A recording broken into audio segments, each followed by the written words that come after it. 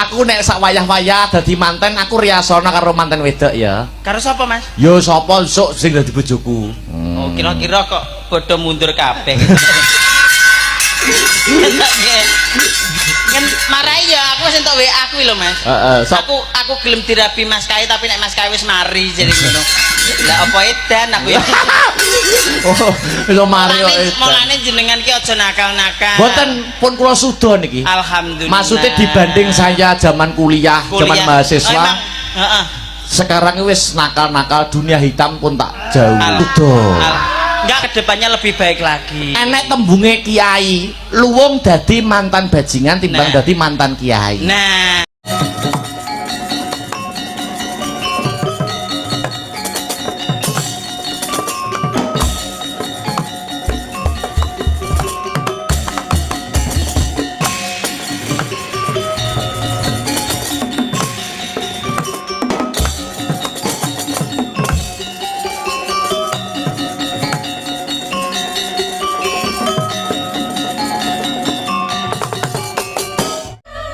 Yuwang Suksmana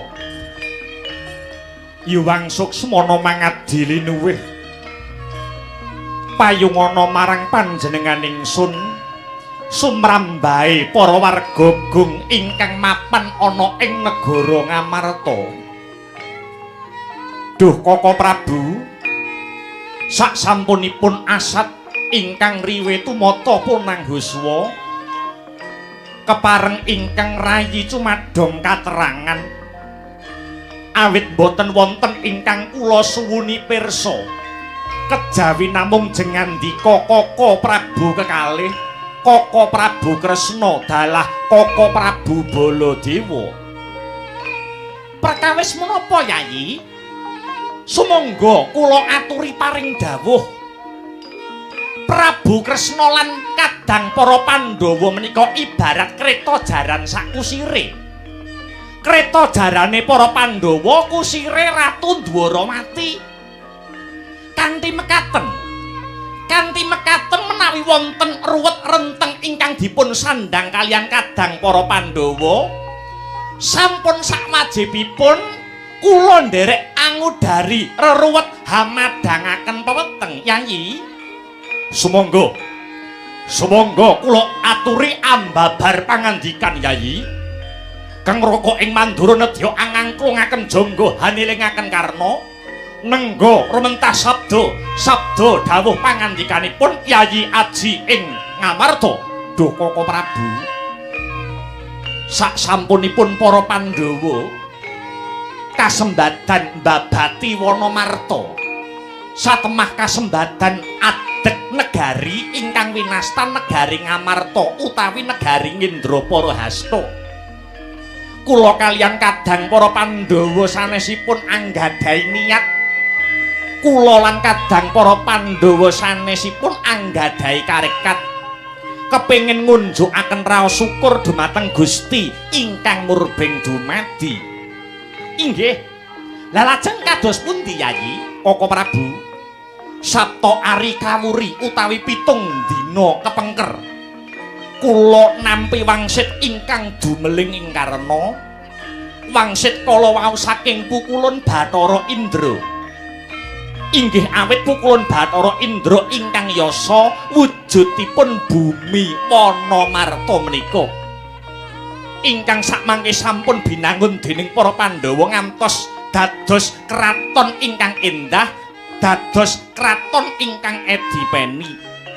Pukulun Bathara Indra paring dawuh minangka tandha syukur binanguning negari Ngendrapara Hasta menika para Pandhawa dipun keparengaken ngawontenaken adicara upacara syukur kanthi sarana para Pandhawa kedah ngawontenaken upacara syukur ingkang sinebat sesaji Raja Suyada Koko Prabu.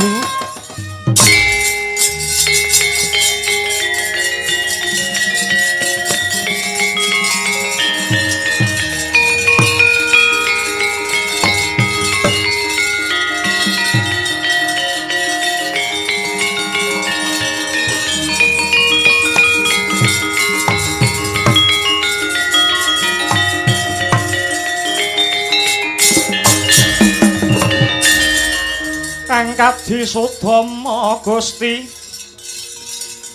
sasangka kasongan surya prabanya sumungsum kaswa ong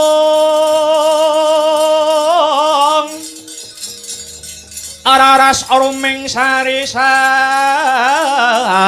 samya manuk semeng sarira samya manuk semeng sarira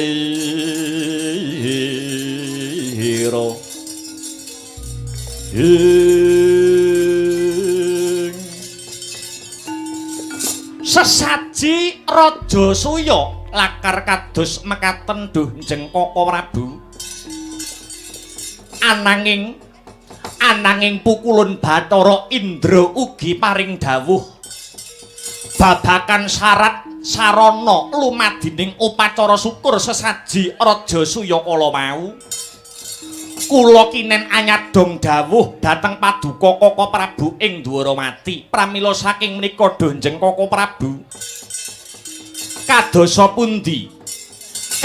pundi syarat sarana ingkang kedah kula tempuh murih kasembadaning adicara sesaji Raja Suya kala mau ingkang rayi ing ngamarta kula pun Puntadewa arsa cumadong dawuh Dunjeng Koko Prabu mekaten Yayi selaras kalian paduka Yayi Aji Ngamarta sak pendhawan ingkang kepengin ngawontenaken upacara syukur sesaji Raja Suya kala wau pranyata menika gegayuhan ingkang sae pranyata menika gegayuhan ingkang luhur lah ewadene syarat sarana kagem mujuti lumadining sesaji Raja Suya kala wau cacahipun wonten 3 syarat 3 kala mau kedah dipun sembadani kalian Yayi Aji ing Ngamarta dalasan kadang para Pandhawa syarat sarananipun wonten 3 inggih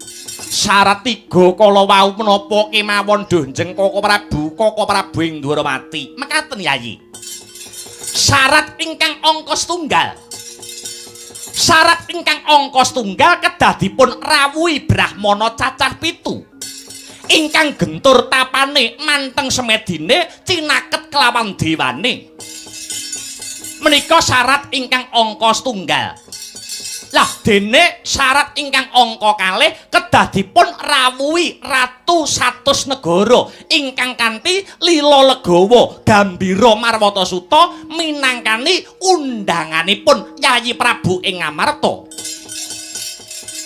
punika syarat ingkang angka kalih ewadene ingkang pungkasan inggih syarat ingkang angka 3 kedah mawi tumbal utawi pangorbanan wujudipun Ratu Angkara Murka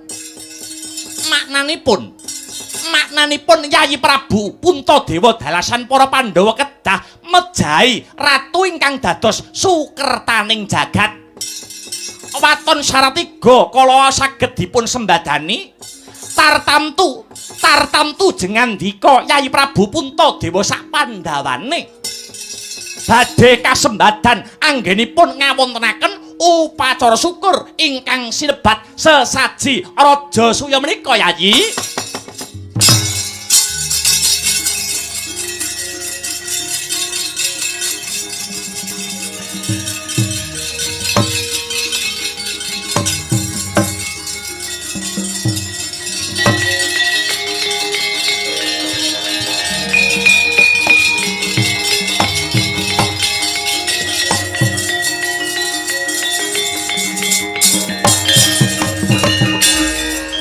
untap utamaning katong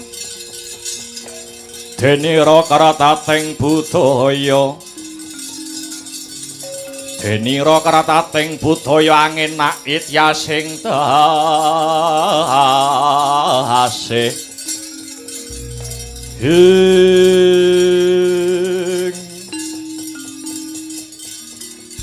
Koko Prabu Ndwaramati wonten dawuh Yayi syarat angka 3 kala wau kedah mawi tumbal utawi pangorbanan wujudipun Ratu Angkara Murka lakar kasinggihan Yayi.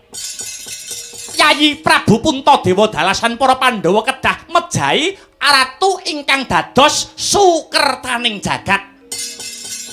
Lalajeng sinten Nalendra Angkara Murka ingkang dados sukertaning jagat kala wau Denjeng Koko Prabu. Nyayi, Ratu Angkara Murka ingkang dados sukertaning jagat mboten wonten sanes kejawi ratu ing negara Giri Bajra. Ajejuluk Prabu Jarasandha.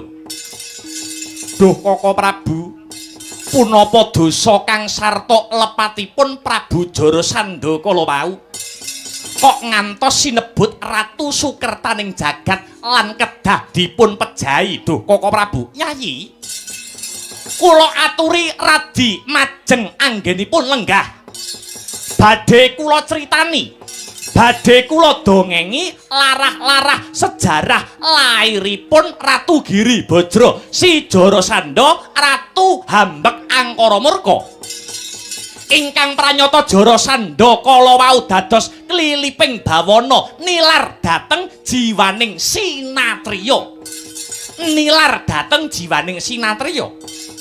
Kados mekaten larah-larah sejarah laire Sang Jarasandha ngantos saged sinebut Ratu Angkara Murka, Ratu Sukertaning jagat.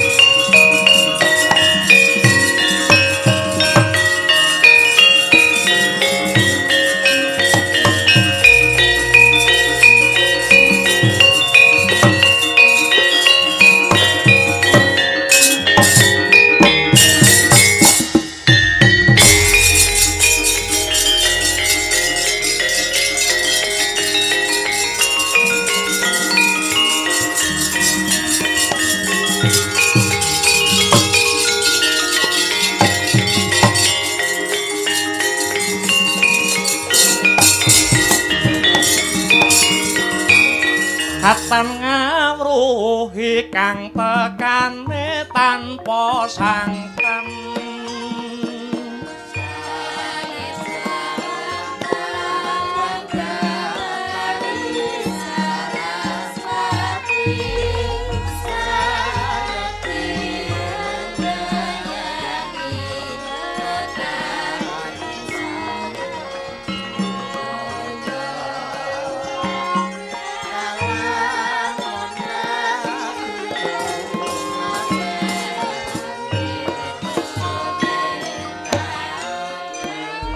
Rembulan delik ana gundukaning mega kang musirna putihe. Katingal peteng dedet lelimengan madyaning Wanagung. Parandene ana titah ingkang manjing ana ing tengahing wana. Mahas ing asamun semedi maladi hening. Nenggih menika ta warnane Nalendra ing negari Magadha. Ajejuluk Prabu Briyudrata. Ana wong sungkawa jroning penggalih. Sungkawaning penggalih labet usak watawis dangu denira Anggarwa, Dyah Ayu Retnadi lan Retnadati. Parandene dereng kepareng pinaringan momongan. Pramila ing cipta meminta mring Siing Bathara supados pinaringan turasing turun kinarya hanglajengaken sejarah. kedadak sakoling mangke ana cahya manter sak sada lanang tumurun wonten ing madyaning wana tatana sanes nenggih jawata ing sidik pangudal-udal Sang Hyang Bathara Narada ya sang Kaneka putra Gya hanjogaraken ingkang nedheng Hamanguntapa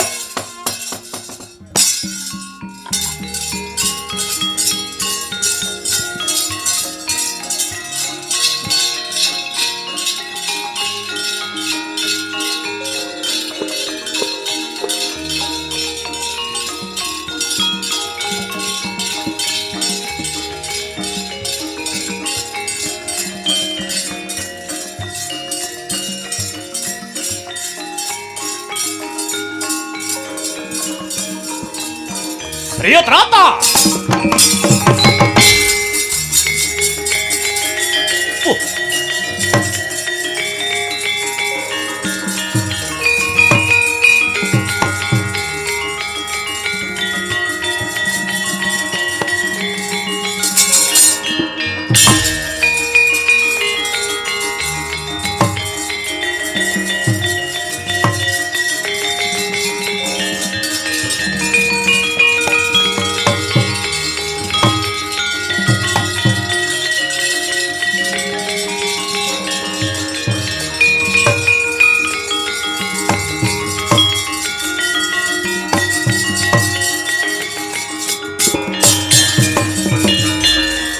Sing tupa gumelun kening gentiasa ngapeke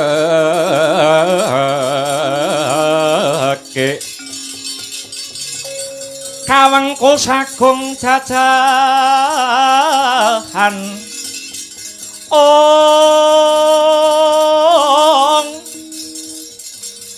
nanging sanget hangikipi Sang Resi Kaneka putra kang hanjok saking wiyahati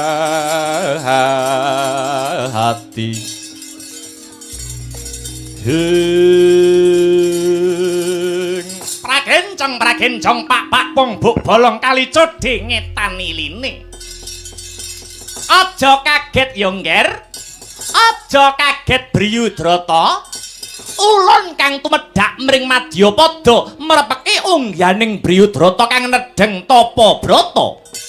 Waduh pukulun jimat pepundhen kula donya praping delahan. Andadosaken kejot raos sing manah. Keparenga kula ngaturaken sembah bekti kula kunjuk wonten sahandhap pepada paduka pukulun Resi Kaneka putra. Ya Briyudrata wis ndak tampa. Banget panarima ulun sembah pangabektimu agawe bombong tias ulun. Mesti kemawon duh pukulun. Mesti kemawon paduka pukulun boten kekilapan. Anggen paduka mrepeki dumateng jasad kula. Briyudrata, ulun wis mangerteni apa sing dadi gembolaning rasamu.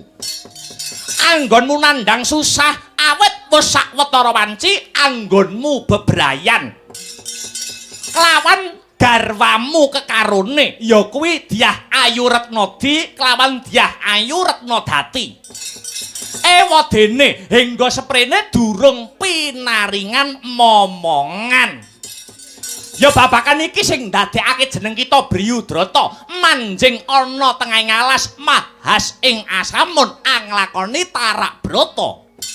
Nuwun inggih pukulun. Briyudrata kula wonten dawuh. Saka wantring tapa bratamu. Hyang Pramesti guru nuding marang panjenengan ulun supaya mrepeki marang jeneng kita kulup mangerti ya Briyudrata. Ing ripalungguhan iki jeneng kita pinaringan wujute dedaharaning para dewa ingkang winastan pelem pertangga jiwa.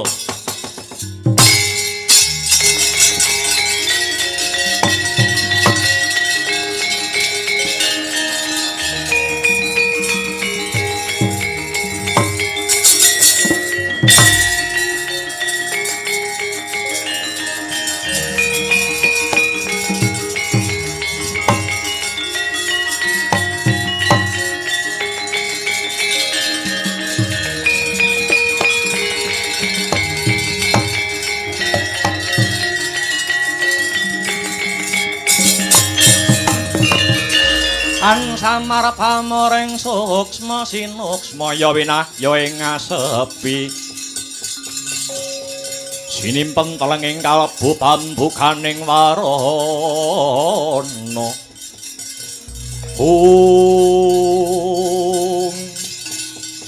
pelemper tangga jiwa pancen kapara nyata la lajeng gandeng ceneng kang sarta sambung rapetipun menapa pukulun sambung rapetipun menapa pelemper tangga jiwa kala wau kalian kula ingkang dereng gadah momongan duh pukulun Britrata kula wonten dawuh pelemper tangga jiwa iki minangka dadi dedaharaning para dewa pelem iki gawanen kondur ana negaramu negara Magadha sakwuse mangkono garwa kita kekarone inen andahar wujuding pelemper tangga jiwa iki mau kanthi cara iki muga-muga kang dadi sedyamu bakal kasembadan garwamu kekarone bakal garbini Bridrata waduh ngaturaken panuwun ingkang tanpa pepindhan duh pukulun dene paduka pukulun narada sampun ngudaneni menapa ingkang dados panyuwun kula mara gage tampanana wujuding pelemper tangga jiwa iki aja suwe-suwe anggonmu malah dening selak dadi penganti-anti garwamu kekarone Baliya ana negaramu Magadha ngestakaken dawuh kepareng nyuwun pamit duh pukulun.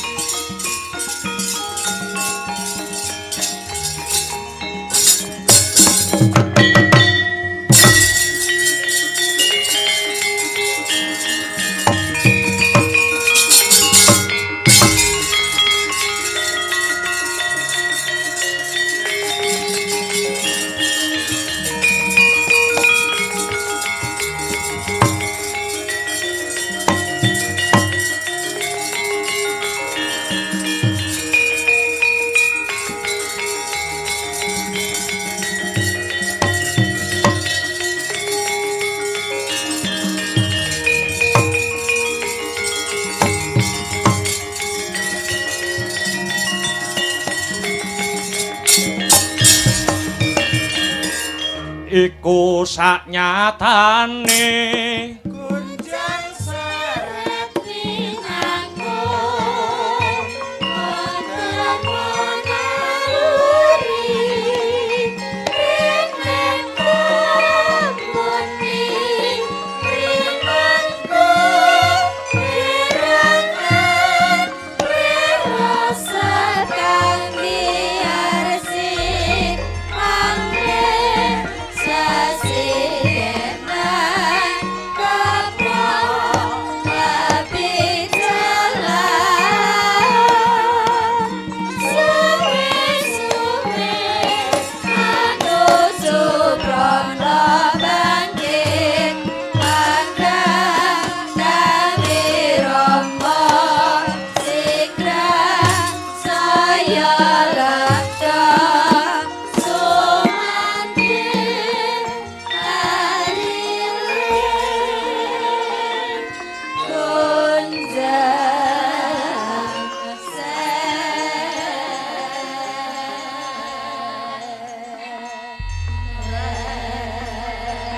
Halugon laguning lekas Loka Ma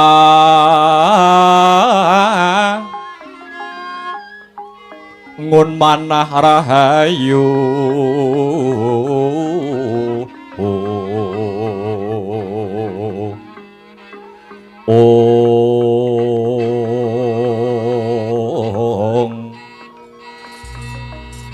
Ayu wana tanah kolong Gumolong manadu kohoro Ong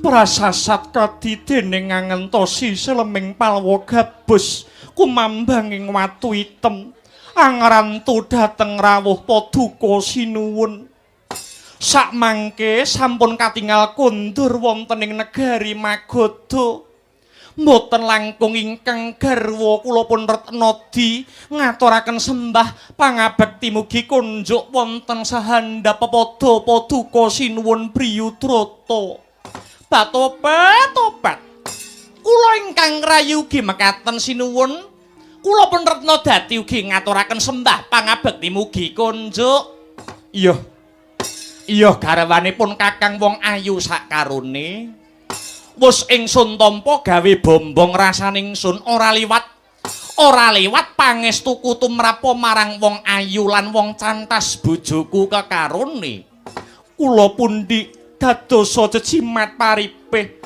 kula pundi andayanana kasantosan do sinuwun kados pundi do sinuwun kados pundi anggen paduka nilar praja menapa sampun antuk damel mahas ing asepi meminta mring kamurahaning Jawata do sinuwun uwis yayi uwis antuk pamujine siadipun Kakang wis kasembadan nalikanipun Kakang nindakake tapa brata mapan madyaning alas kedadak ana rawuhe Resi Kaneka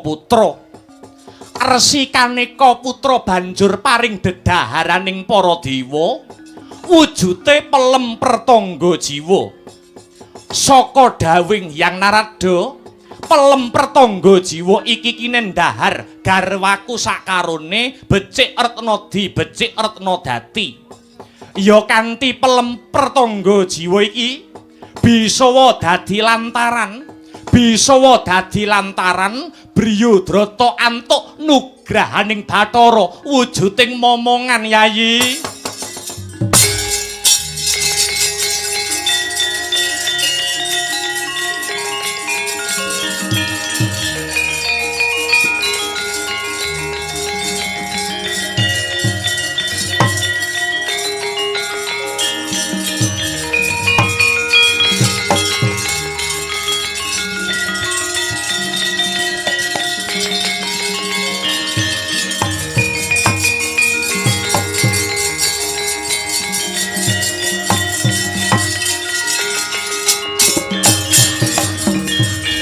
Adyatur miturut hanut sumarah mring Gusti dene sidi miwang utama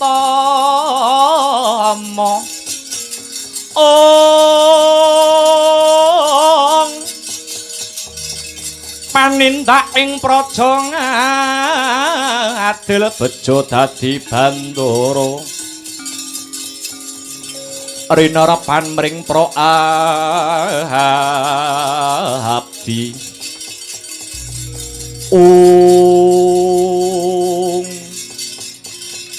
menawi mekaten sumangga Sumangga kula kemawon ingkang badhe anedha wujudipun pelem pertangga jiwa ingkang dados dedaharaning para Jawata kala maudha sinuwun. Batobat. Ampun kados mekaten to Kakang Mbok. Kula menika nggih pengin duweni anak saking sinuwun Briyudrata. Kula nggih kepengin anggadhahi turun saking sinuwun Briyudrata. Yayi, si Adi kuwi tinemu bojo enom. Supaya si Adi aja nganti ndisiki marang garwa sepuh. Kang wajib nampa kanugrahan mono garwa sing tinemu tuwa luwih dhisik ya, Dik.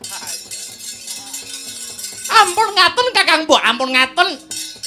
Menawi mekaten menika naminipun menang-menangan. Menika mboten adil. Sinuwun Prabu Briyudrata. Retnodati ana apa? Mekaten nggih sinuwun. Nadyan Kakang Mbok Retnodi menika garwa sepuh. Adat lupiya garwa ingkang sampun sepuh menika menawi nglairaken malah bebayani mangkono Retnodati. Inggih. Dados langkung prayogi. Kula kemawon ingkang andhahar wujudipun pelem pertangga jiwa. Kula kemawon mengke sing bobot, kula kemawon mengke sing nglairne anak jenengan. Mangke menawi Kakang Mbok Retnodi ingkang nglairaken malah mindak bebayani tumrap kawilujenganipun Kakang Mbok Retnodi. Iya, yen pancen kaya mangkono. Cekak cukupe dina iki aku bisa mutusake perkara. Pelem pertangga jiwa bakal tak wenehake marang Retnodati merga ana paribasan kalamun bojo tuwa sing ndahar wujude pelem pertangga jiwa iki mengko malah bebayani. Nduk kowe ning ndi, Nduk? Nduk. Retnodi.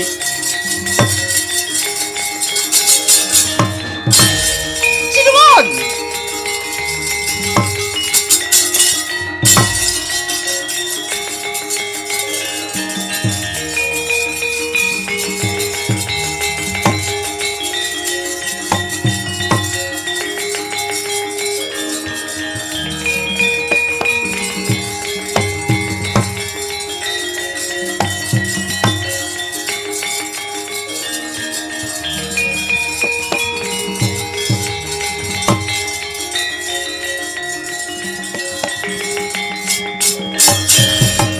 Agyatari sangga pirang ngurinang kula ginempit kempit duh sangret ananing bawana ing apa kowe nesu Retnodi kowe kok ora nemoni aku dhisik kowe apa nesu ora nesu rumangsane apa aku ing ngrumangsani yok sinuwun kula niku ngrumangsani kula niku bojo tuwa yo manuk manyar susuwe dawa bareng entuk sing anyar kadang kala cocok wilali karo sing tuwa gur ngegekne anak ngono yo milih sing luwih enom biyen ketok apa saiki ketok apa napa kurang perjuangan kula niku napa kurang perjuangan kula niku kaliyan jenengan napa kurang jaman kula kaliyan jenengan dereng rabi riyen kula aturi ngenget-ngenget jaman kula kaliyan jenengan dereng rabi kula rewangi nyepur demi petuk jenengan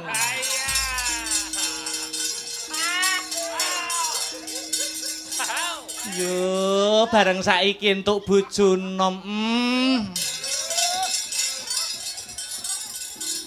aku ngono mbiyen yo nek mbelani aku ora kaya-kaya lagi teko papan nggo nginep wis dicepakne ning stasiun diterne tas yo digawakne mbiyen sewulan ra mambu keringetku yo wis gegeri pengen ndang ketemu aja ngono piye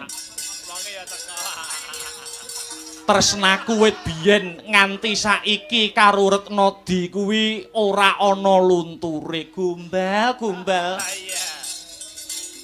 Kula nggih ngrumangsani kok sinuwun. Aku ya ngrumangsani ning rombongan kene aku wis ra duwe kanca.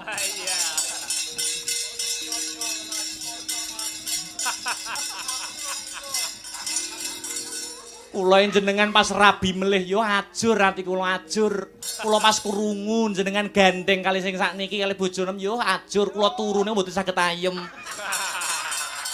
Kula turu niku jo kula gawe mlumah ora penak kula gawe murep ora penak spray kula remeti dhewe.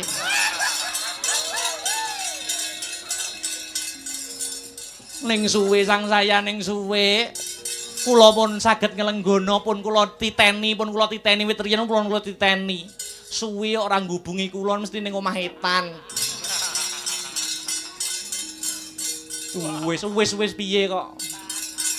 Aja do gegeran wae no. Tresnaku karo kowe iki ora luntur ning nyatane apa purwa dadi ukutane sing dadi bukti lan kenyataane. Wis kono mulih omah etan kono. Masa ngubungi aku neh. Nek ora perlu rasa kenal karo aku. Aja ngono to. Aku ya ora iso lho pisah karo sampeyane ora iso. Nyatane jenengan ora adil. Tresnaku karo Retnodi kelawan Retnodadi kuwi ora botsih. Tegese tresnaku marang kekarone kuwi adil. Menapa saestu iya. Wis saiki ngene wae. Saiki karep ben adil pelem pertangga jiwa iki prayoga parunen kanggo sliramu kekarone. Yen wis kok paruh pelem mau enggaldaharen. Yen sliramu padha-padha nggarbinine tak kira iki mengko bakal luwih prayoga nini. Menapa saestu kedah kados mengkaten do sinuwun iya Retnodati pancen kaya mangkono. Menawi mekaten kadereng raos kula datan saged pinambeng. Daya-daya badhe kula tedha wujudipun pelem pratangga jiwa kala mau do sinuwun. Tobat kula aturi maringaken pelem pratangga jiwa kala mau. Sun Gusti. Welas dase aswase.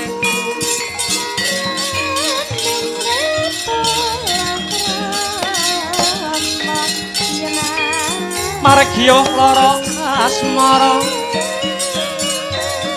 rang-urang ugong mangarang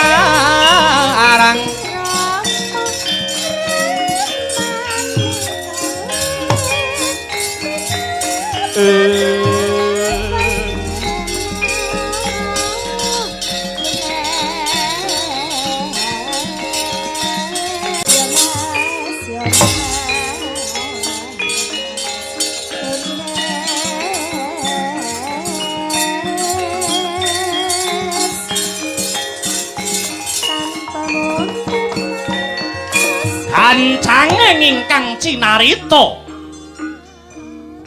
pelem pertangga jiwa kang amung sajuga binelah dados kalih peleme sing lanang nggur siji dipangan bojo loro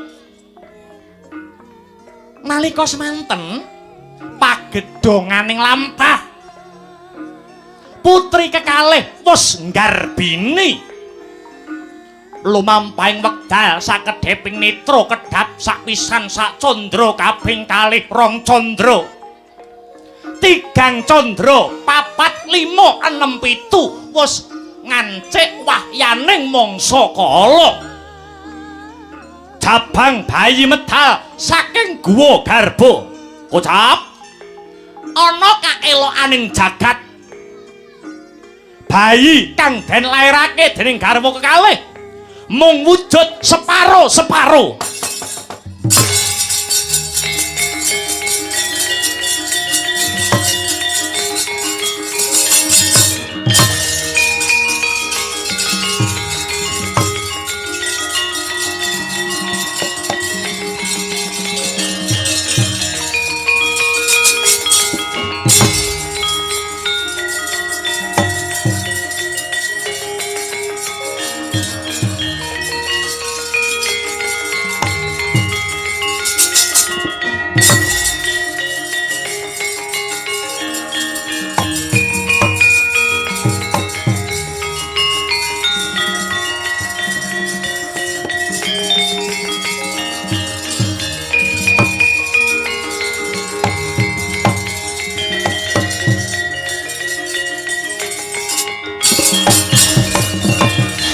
dewa om. Mati aku.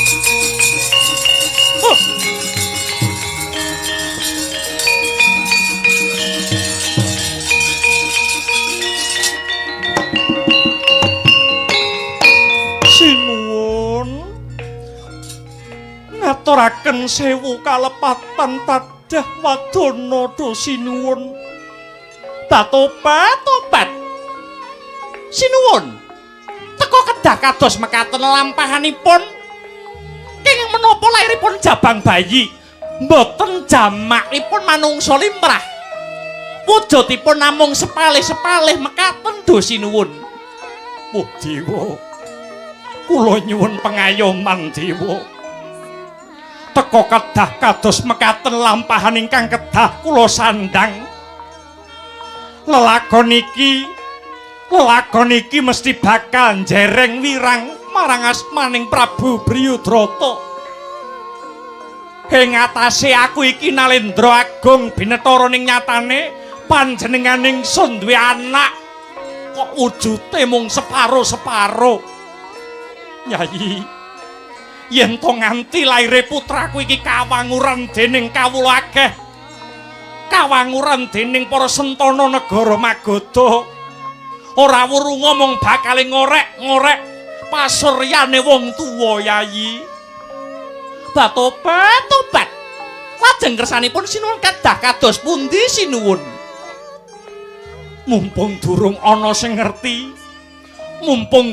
sing ngerti marang kahanane atmajaku, mundhak bebanger asmane Prabu Briyudrata kene anakmu tak buange ana tengahing alas.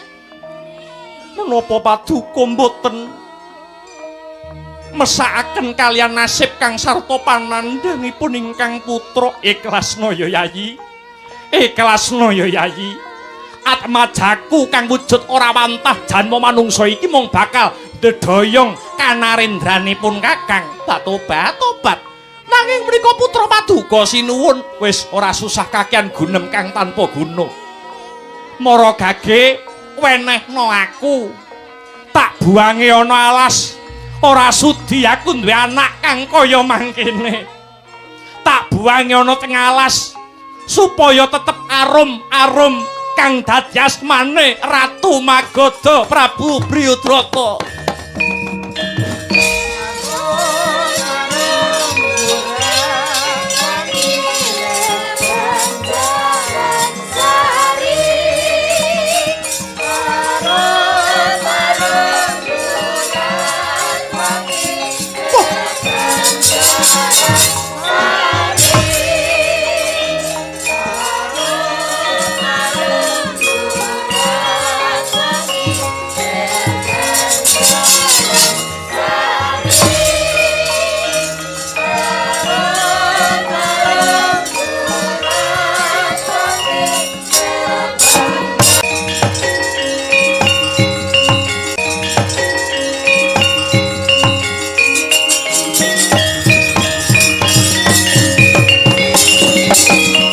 Oh anakku, senadyan kowe ora wantah wujud manungsa lumrah,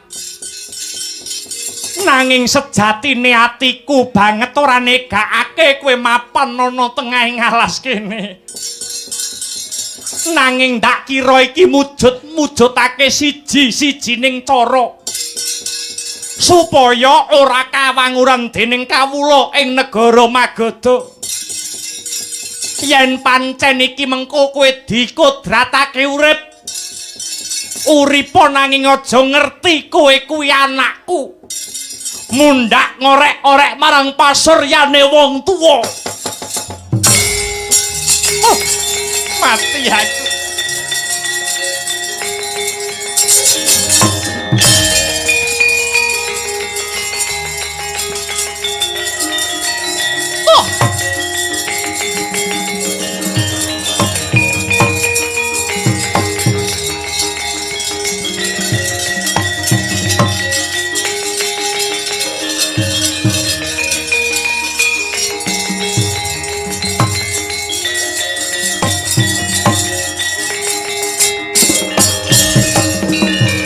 banyu surya sumirat ing samudra miwang wanadri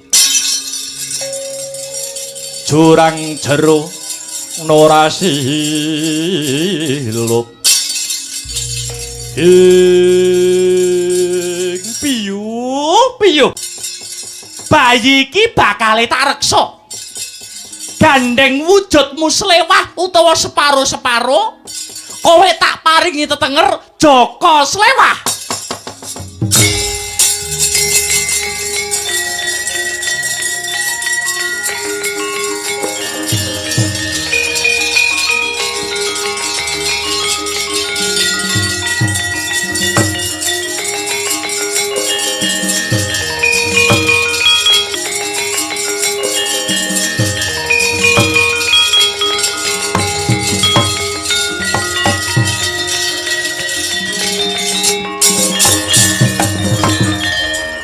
Joko Slewah sing dadi tetengermu. Aku Nyai Jara sing bakal ngrumat kowe ya nang. Kowe uga tak tambahi paringan tetenger ya kuwi Jara Sando. Amarga ngempek eyom saka jenengku ya kuwi Nyai Jara. Senadyan wujudmu ora lumrah nanging aku ngerti karo karepmu. Lambemu wiwit mau klomat klamet.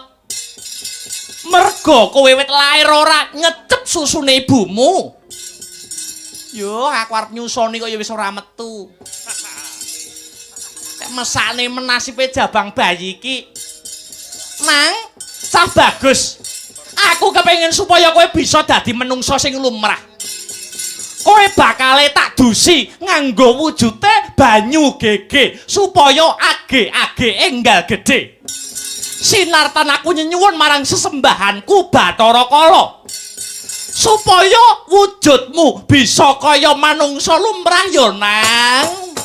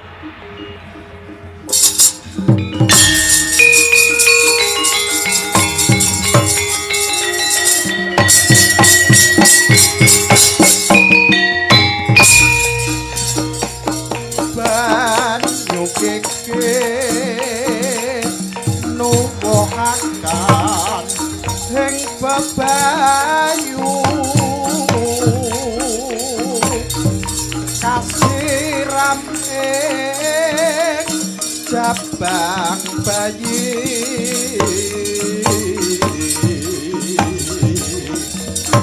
ambre sakti lan kala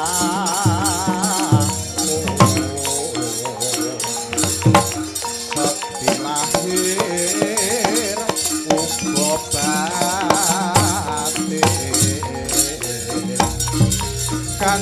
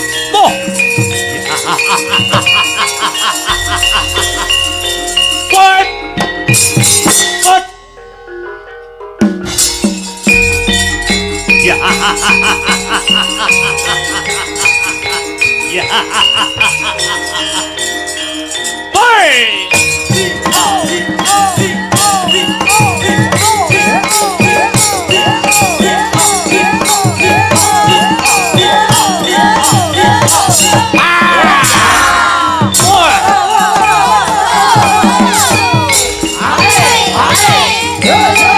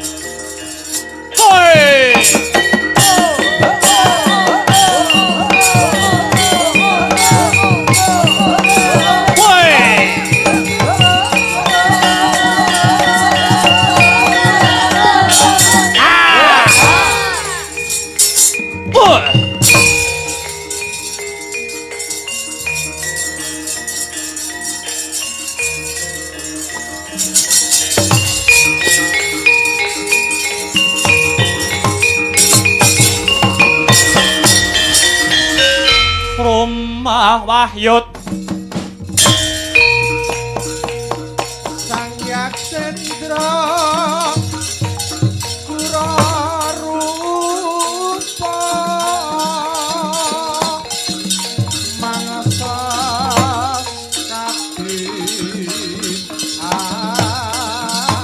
angin Pangsam palka prapar Selo selo apa lakam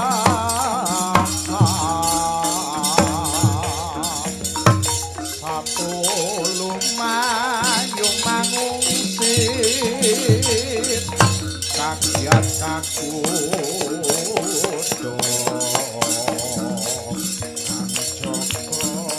Joko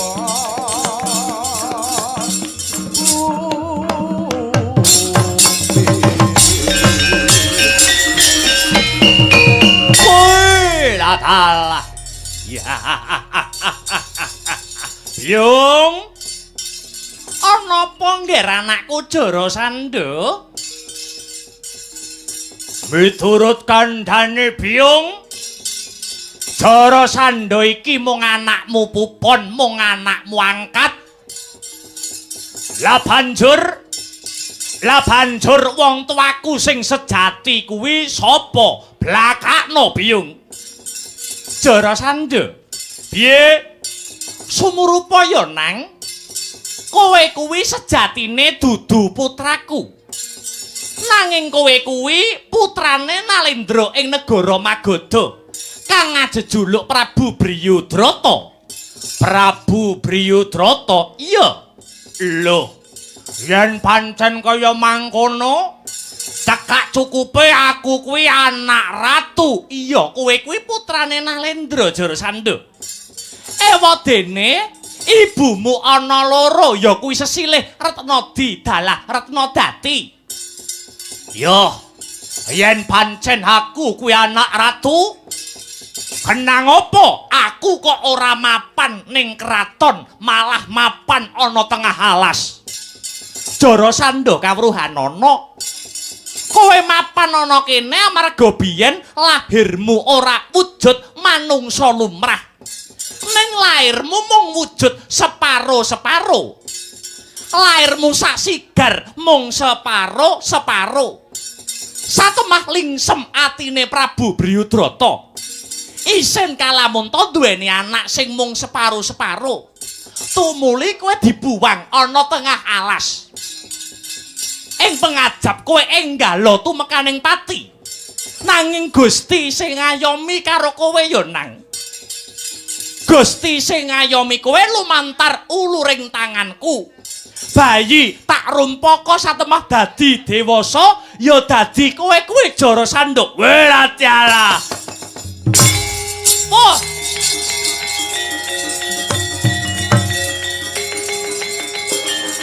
Rasanya.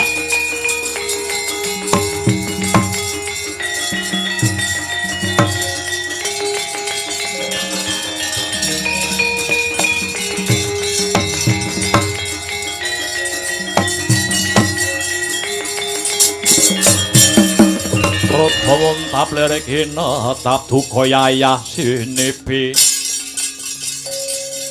Jojo bang mawingo-wingo wengis. Yang sat elek. Ora pantes urip sing jenenge Briyudrata. Ing atase manungsa ora duweni rasa kamanungsan. Kowe arep menyang endi Jarasandha? Byung, dina iki uga aku bakal tumuju mring negara Magadha. Lilanana Jarasandha, menungsa sing jenenge Briyudra patenane. Iya, bakale tak lilani. Nanging pun ibu bakal mitungkas marang kowe Jarasandha. Kowe meling apa, Byung? Aku mitungkas kalamun Briyudrata wis ndok pateni ora wurunga jeneng sira bakale dadi ratu. Sakwuse Jarasandha madeg dadi ratu, Pun ibu meling agama utawa kapitayan kang rinasuk dening wong sak negara Magoda kudu ndok owahi kang sekawit kiblate wong Magoda manembah marang Gusti ingkang murbeng dumadi kudu ndok owahi nganggo kapitayan kang tak rasuk lan sang tak wulangke marang kowe Jarasandha. Mangkono Kanjeng Ibu, iya pancen bener Jarasandha. Sakwuse kowe dadi ratu, wong sak negara Magoda kudu manembah marang Bathara Kala, marang Bathara Kala. Iya. Kowe lati ala. Kowe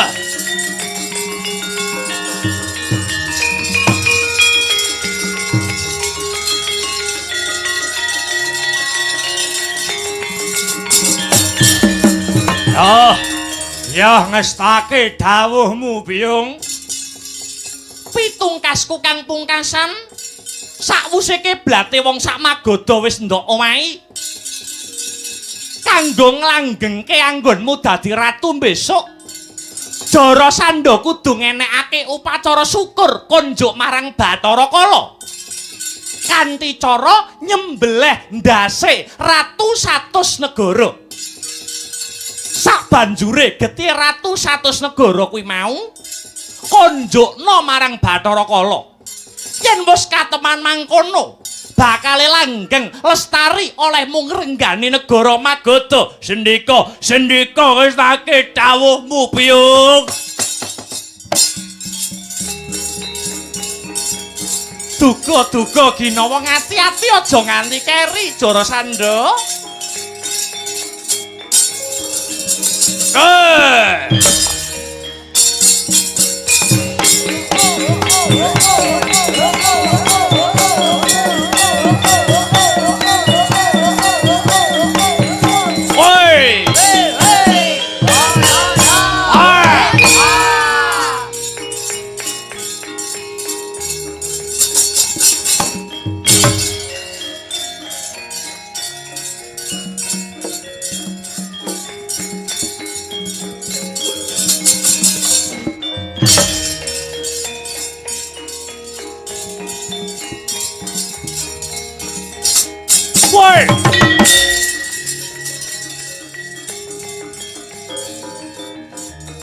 Iki manungsane atiala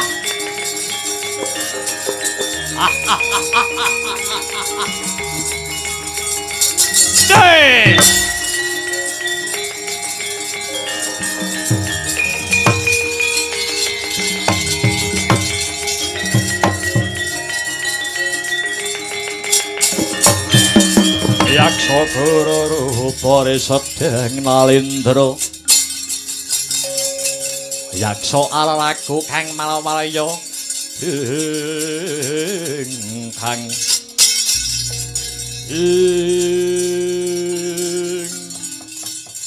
iki sapa iki gemprang-gemprang kaya kidang nglumba kaya brahala tumuju mring negara Magoda. Jenengku Jarasandha. Mestine kowe ora lali. Mestine kowe ora pikun. Biyen kowe nate mbuwang jabang bayi kang wujude mung separo-separo. Anak kuwi saiki wis dewasa jenenge Jarasandha. Ya aku iki arep apa kowe?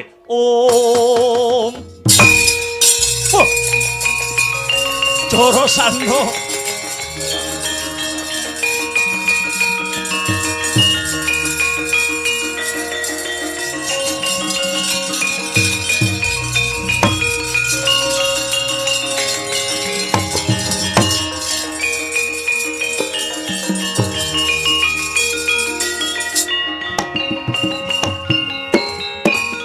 anakku wong bagus. Pun Rama nyuwun aksama ya nggir. Pun Rama banget ngunjukake rasa syukur marang purbaning Gusti. Awit anakku wis dewasa, kepara gagah, prakosa, prawiring yuda. pun Rama wis rumangsa ora pantes dadi ratu. Aku bakal lengser saka negara Magadha. Tumuli kowe dadi ratu mapan negara Magadha kene Cara Sandha. Piye? Nanging aku gelem dadi ratu. Aku gelem dadi ratu ana Magadha kene. Yen mbok wenehi pisungsum, yen mbok wenehi bebono kumlundunging biasmu biangsat.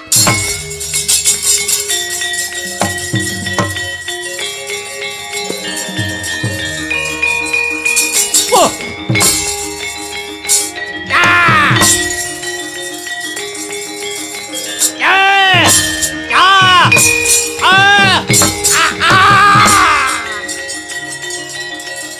Ayo. Ya.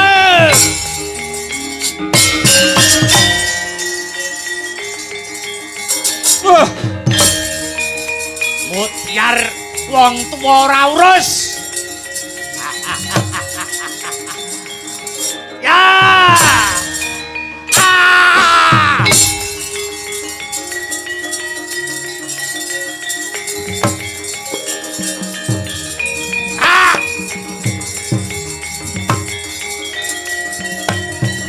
Mutiar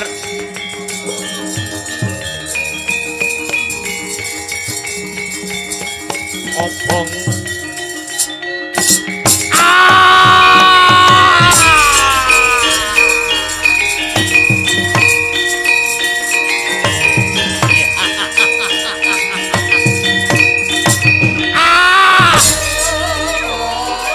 mutiar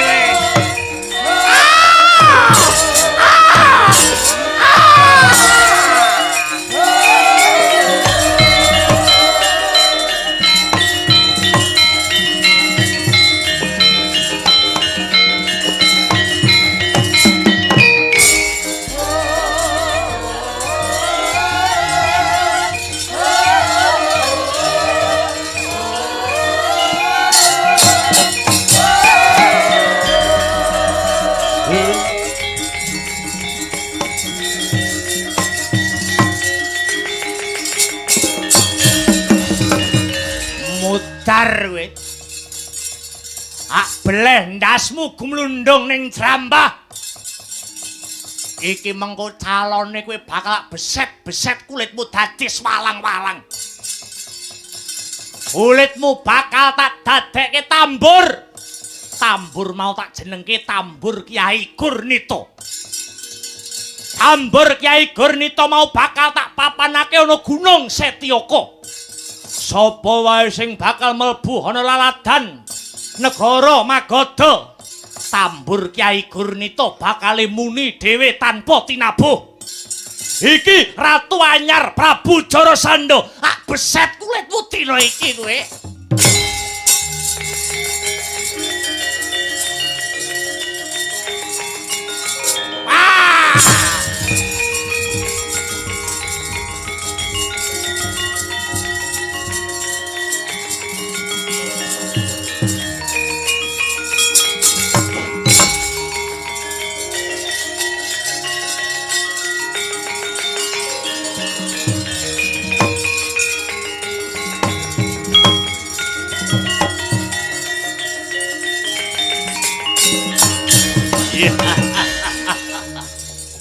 Wiwit dina iki negara kene bakal tak salini jenenge.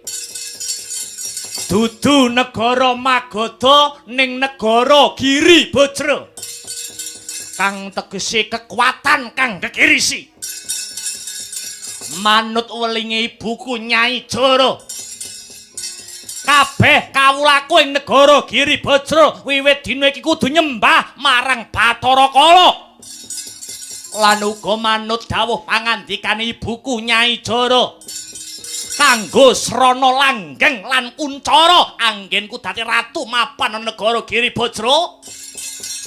Wiwit dina iki aku kudu mbekakak utawa nyembelih ndhiase ratu 100 negara. kinarya wujud bektiku marang Bathara Kala. Upacara sesaji kuwi kena winastan sesaji Kalaludra. Sesaji Kalaludra. Kanthi caraku bakal ngenekake wujuding sesaji Kalaludra iki. Cara Sanda bakal bisa ngrangsang bumi.